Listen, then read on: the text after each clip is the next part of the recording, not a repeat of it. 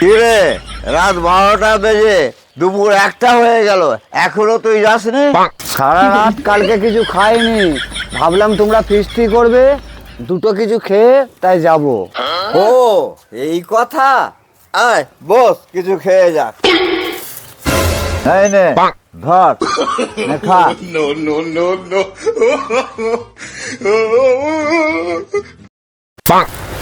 চল আয় তাহলে। দাঁড়াও, মাংসের ঝোল ভাতটা খাই, তারপর তো যাব।